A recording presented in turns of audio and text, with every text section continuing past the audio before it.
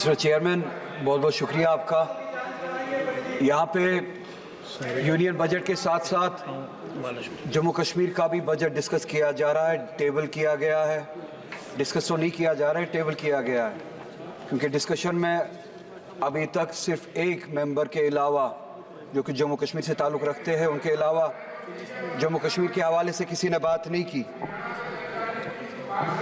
Chairman साहब, आपके ज़रिए मैं ये बात बताना चाहता हूँ यहाँ पे इस ऐवान को कि ये बजट का यहाँ पे होना, जम्मू कश्मीर का बजट पार्लियामेंट में प्रेजेंट करना, पार्लियामेंट के ज़रिए बनाया जाना, यूनियन गवर्नमेंट के ज़रिए बनाया जाना, ये एक सोवरेन बिट्रेयल है, धोखा है जम्मू कश्मीर के लोगों के साथ। ये डेमोक्रेसी के साथ एक बहुत बड़ा मजाक है जो जम्मू कश्मीर के लोगों के साथ किया जा रहा है। डेमोक्रेसी में इस तरह के फैसले लोग खुद लेते हैं, अपने ज़रिए लेते हैं, अपने लिए लेते हैं, जिसे कहते हैं democracy, by the people, for the people, of the people. मगर आप देखें, जम्मू कश्मीर का बजट जम्मू कश्मीर के लोग नहीं बनाते, जम्मू कश्मीर की स्टेट नहीं बनाती है। आज 70 साल के बाद जम्मू कश्मीर के लोगों के साथ इतना बड़ा धोखा किया गया और उस रियासत को इस हद तक गिराया गया कि उससे उसका बजट, उसके फैसले करने का हक भी छीना गया। उन वादों के प्रिंसिपल्स के बरक्स, जिन प्रिंसिपल्स के बुनियाद पे हमने इस यूनियन के साथ एक्सेशन किया था कि हम अपने फैसले खुद लेंगे, ये स्टेट, जम्मू कश्मीर की स्टेट अपने फैसले खुद लेंगे, अपना रास्ता खुद बनाएगी, और वो इख्तियार और वो पावर इस यूनियन के कॉन्स्टिट्यूशन ने हमें दिया था। आज आप देखिए, हमें न सिर्फ अपने फैसले लेने का इख्तियार नहीं है, न सिर्फ अपने बारे में फैसले और रास्ते बनाने का इख्तियार नहीं है, बल्कि हम पे फैसले थोपे जाते हैं, बजट यहाँ पे बनाया जाता है। आज आप मुझे बताइए, हर एक रियासत का, हर एक स्टेट का बाशिंदा यहाँ पे बैठा हुआ है, किस स्टेट में ऐसा होता है कि उस स्टेट का बजट वो स्टेट खुद ना बनाए, उन पे वो थोपा जाए, वो फैसले उन पे थोपे जाए।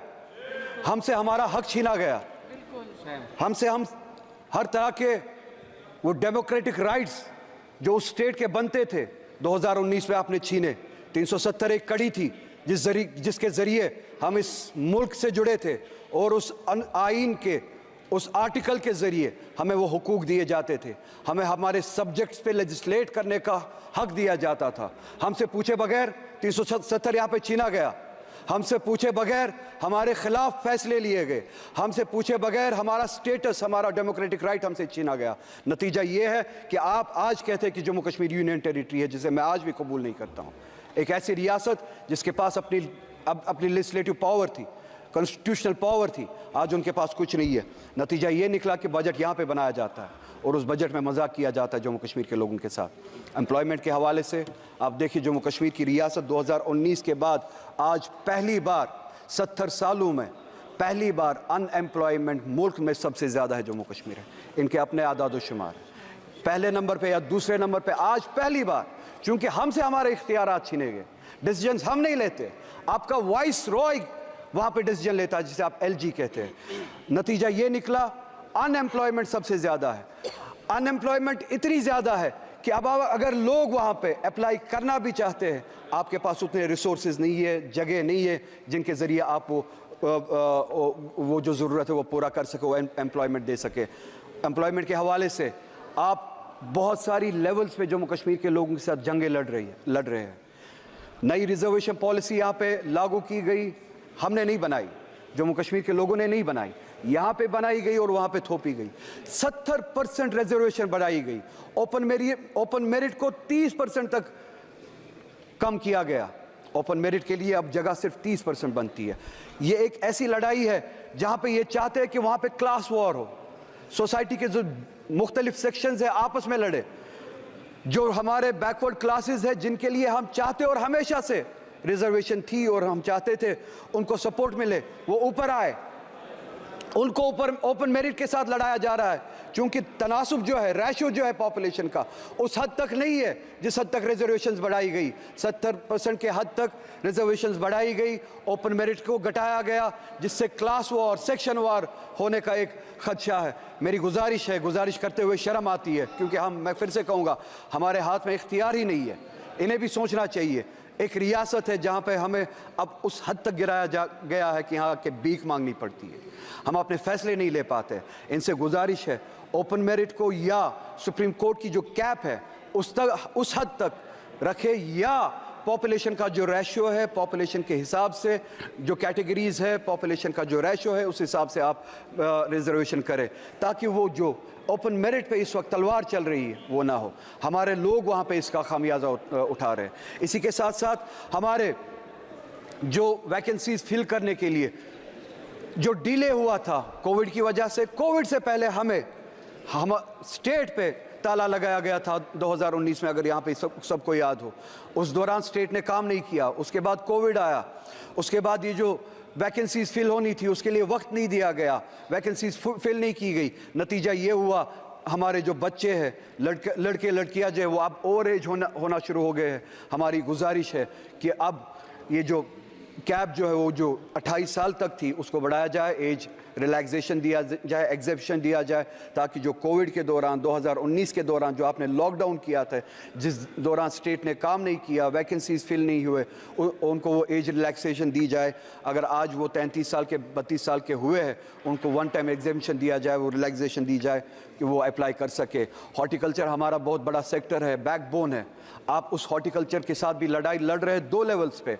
चेयरमैन साहब, आपके ज़रिए इन्हें बताना चाहता हूँ, एक टॉक्सिक हमारी खाद वगैरह जो हमारे लिए पेस्टिसाइड्स यहाँ से भेजी जाती है, जानबूझ के टॉक्सिक भेजी जाती है, जिससे हमारे पेड़ पौधे ख़राब किए जाते हैं। दूसरी लेवल पे हमारा जो सेब कश्मीर से आता था उसको पिछले साल, अगर आपने सुना हो, रोका गया और यहाँ से मुल्क से बाहर, चाहे वो ईरान से हो चाहे USA से हो, सेब लाया जाता है without tax, without import duty सेब लाया जाता है। यहाँ की मार्केट मंडियाँ भरी गई है बाहर के सेब से जिन पे इंपोर्ट ड्यूटी नहीं लगाई गई।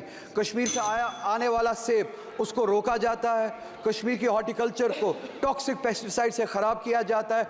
2 लेवल्स पे हमारे साथ जंग लड़ी जाती है। हमारी इकोनॉमी को कमज़ोर किया जाता है, हमारे हॉर्टिकल्चर को कमज़ोर किया जाता है। मेरी गुजारिश है, हम चाहते हैं, जम्मू कश्मीर की आवाम चाहती है कि इंपोर्ट ड्यूटी लगाई जाए, जो बाहर से सेब आता है उस पर इंपोर्ट ड्यूटी लगाई जाए, और जो ये टॉक्सिक पेस्टिसाइड हमें भेजा जाता है उस हवाले से काम किया जाए। ये पेस्टिसाइड हमारे बीच ना भेजा जाए, हमारे साथ इस तरह की जंगें ना लड़ी जाए। हमें जी हाँ, मैं वो बात भी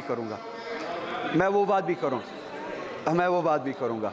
वक्त मेरे पास ज़्यादा नहीं है, आपका हाथ घंटी पे है, हमारे साथ हर तरह की ज़्यादती होती है, वक्त भी उसी तरह की एक ज़्यादती है, मैं जानता हूँ। मैं एक बार ना चाहते हुए यहाँ पे दोहराना चाहता हूँ, मैं यहाँ पे इलेक्शन की भीख मांगने के लिए नहीं आया हूँ। मैं यहाँ पे अपना स्टेटस और अपना कॉन्स्टिट्यूशनल राइट जो 370 के ज़रिए हमें दिया गया था वो मांगने आया हूँ। मगर जाते जाते यहाँ पे ये इस वक्त की स्पीच कंक्लूड करते करते चेयरमैन साहब, आपके ज़रिए पूरे मुल्क को याद दिलाना चाहता हूँ कि सुप्रीम कोर्ट ने इस गवर्नमेंट को डायरेक्शन दी थी कि सितंबर तक वहाँ पे डेमोक्रेटिक गवर्नमेंट कायम की जाए।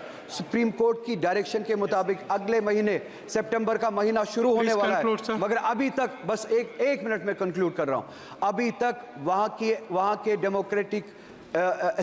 के इलेक्शन के लिए अभी भी कोई प्रोसेस शुरू नहीं हुआ है।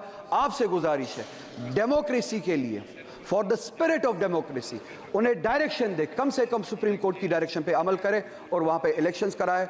और यहाँ पे जैसे कि अखिलेश जी ने कहा, सीटें अगरचे इन्होंने बढ़ाई है, जो ये मुल्क भर में रिजर्वेशन और पिछड़े हुए क्लासेस के बारे में बातें करते हैं, उस हवाले से ये जवाब दे बजट में और अपने प्लान में। जम्मू कश्मीर की असेंबली में इन्होंने उस हवाले से क्या किया है। मैं आपका बहुत ही ज़्यादा शुक्रगुजार हूँ, आपने मुझे वक्त दिया, वक्त मिलता तो बहुत ज़्यादा कहता। इन सभी से गुजारिश है कि ये जो हमने बातें की हैं इन पर गौर करे और हमारी तरफ से भी बात करे, इनका अटेंशन फोकस जम्मू कश्मीर की तरफ ले, हमारे मसले हल कराए। बहुत बहुत शुक्रिया।